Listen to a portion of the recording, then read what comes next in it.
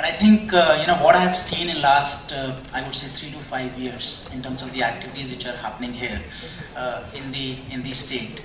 There are 3 or 4 important parameters which are required for any of these states. Let's say you have to be successful in the area of let's say e-governance, right? And I'm very pleased to sort of say that Maharashtra has done or has taken some really remarkable steps in terms of going forward. So first and foremost is having the right kind of policy and the vision. And we all know that Maharashtra has a specific e-governance policy which the Minister of State was talking about in the morning. Not only that, I think like few other states, but Maharashtra also I think has a specific budget allocation, right, for I think 0.5% for which comes from the specific budget from each of these departments. I mean, last 12 months, and I was just doing this sort of analysis to find out that almost 25 departments have come out, with this specific requirement for e-governance, and we are very closely in touch because we sort of respond to most of those kind of opportunities, and I'm talking about the consulting, because then there is a downstream kind of business. Now, that is something which is quite different than what we have seen in rest of these steps and rest of these states. So what I think Maharashtra has done is not only in terms of creating this kind of vision and creating this kind of policy, but also in terms of providing the right kind of enablement, to have these kind of steps to be taken.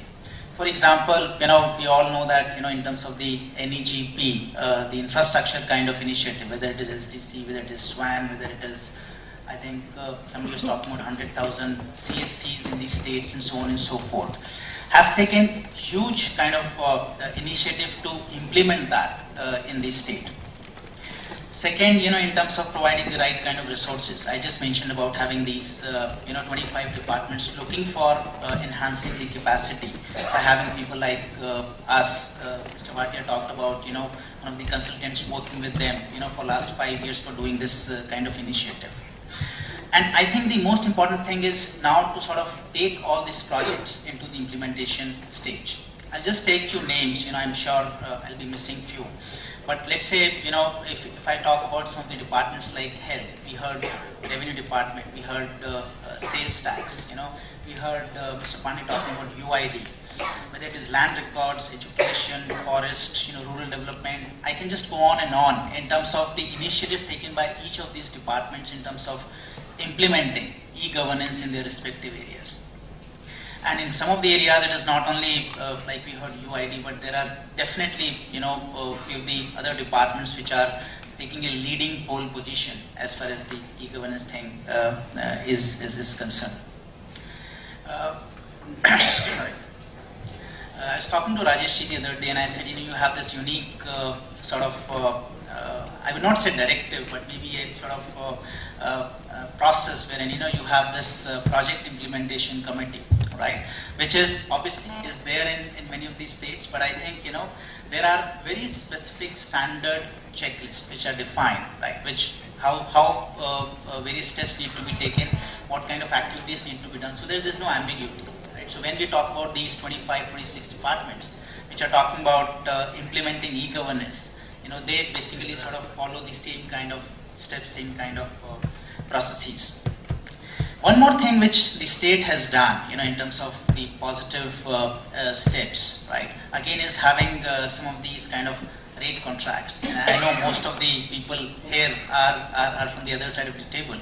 And whether it is in the area of networking, whether in the area of hardware, whether it is like, let's say, having the e-tendering enablement, or maybe people like us for providing consulting services. I think we don't have to sort of go through the long bureaucratic process of getting into any of these kind of opportunity. Right? We have certain fixed standards, we have certain fixed policies, we have certain fixed, as I said, rates, etc., which then definitely can be used.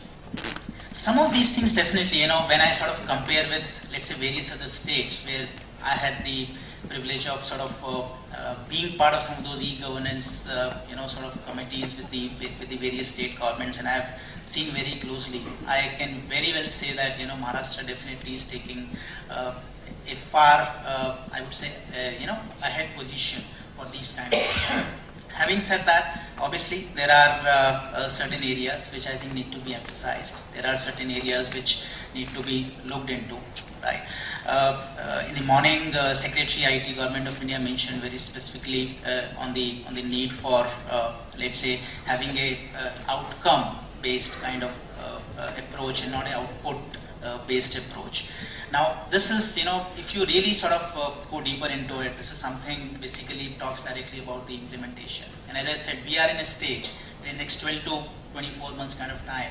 Many of these projects will reach that stage where, people will start talking about, what is the kind of output, or what is the kind of outcome we have from each of those initiatives, and how all these kind of projects have benefited the common citizen. So that, I think, a framework for that is something which is required. Many of the departments, many of the different initiatives are being taken. How are they integrated? Again, I think in the morning, Minister of State mentioned that. I think there's a very strong need to have all these initiatives integrated with each other so that we avoid complete duplication of efforts. One of the most important, I think, the challenge which not only Maharashtra as a state, but I think overall e-governance as the industry is facing, is need to have right kind of skills, right? And there's a huge challenge of having right kind of people to provide those kind of services, right? We have people who understand domain, we have people who understand technology, right? And we have people who understand governance. But I think it is very important for us to have people who understand, how to implement these right kind of e-governance framework in the state.